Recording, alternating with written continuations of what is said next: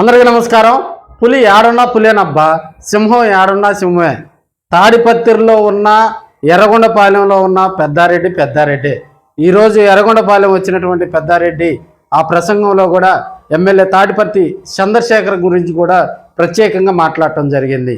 అధికారంలో లేకపోయినా భారీగా ఎడ్ల బల ప్రదర్శన 4 రోజుల పాటు దిగ్విజయంగా పూర్తి చేస్తూ ప్రజలకు అసలైనటువంటి సంక్రాంతిని చూపిస్తున్నటువంటి ఎమ్మెల్యే తాటిపర్తి చంద్రశేఖర్ గారు ధైర్యవంతుడని చెప్పి పెద్దారెడ్డి తెలపడం జరిగింది. ఎర్రగొండపాలెం వచ్చినటువంటి పెద్దారెడ్డి గూస్ బంప్స్ ప్రసంగం కూడా చేశారని మనం తెలియజేసుకోవచ్చు. రాజకీయాలు వేరు, రైతులు వేరు.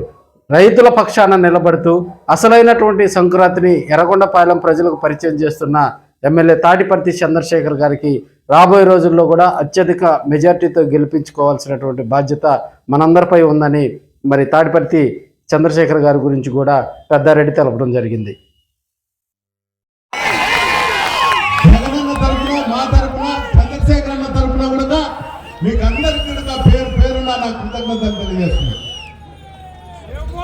ఎందుకు చెబుతున్నా అంటే చంద్రశేఖర్ అన్న లాంటి వ్యక్తి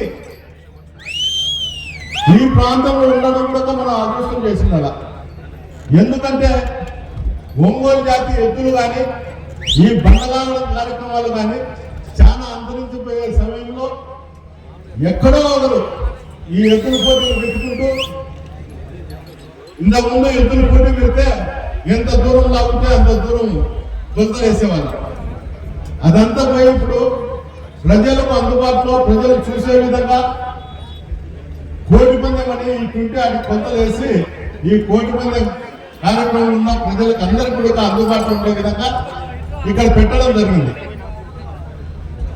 ఇంకోటి నేను మీకు అందరికీ తెలియజేసేది ఏమంటే ఎన్ని కష్టాలు వచ్చినా ఎన్ని ఇబ్బందులు కలిగినా ఏమున్నా కూడా ఈ సంక్రాంతి సంబరాలు చేసేదానికోసం చంద్రశేఖర్ అన్న చాలా కష్టపడి ఈ కార్యక్రమం చేపట్టాలని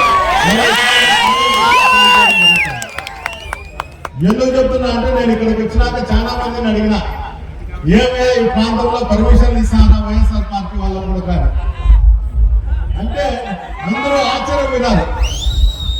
అంటే ఈ కూటమి ప్రభుత్వంలో ఈ రాక్షస పాలనలో ఇంకా కూడా వైఎస్ఆర్ పార్టీ కార్యకర్తలకు నాయకులకు పర్మిషన్లు ఇచ్చి కార్యక్రమం అది చాలా ఆశ్చర్యకరమైన విషయం. మీరందరూ తోడున్నారు కాబట్టి ఈ కాన్స్టిట్యూన్స్ ప్రజలంతా కూడా చంద్రశేఖర్ అన్నకు తోడుగా ఉండి కష్ట నష్టాల్లో మీరు నడుస్తున్నారు కాబట్టి ఈ రోజు ఈ కార్యక్రమం అన్న సద్వినియోగం చేసినాడని కూడా గర్వంగా నేను చెప్తున్నా. ఎందుకంటే ఎప్పుడైనా కానీ ఒక నాయకుడికి ఈ కాన్స్టిట్యూషన్ ఉన్న ప్రజలు కానీ అందరూ కూడా మిత్రులు కానీ తోడుగా ఉంటే ఎంత దూరమైన పోవచ్చు అనేది ఈ కార్యక్రమంలో మీరు చెప్పడం జరుగుతుంది.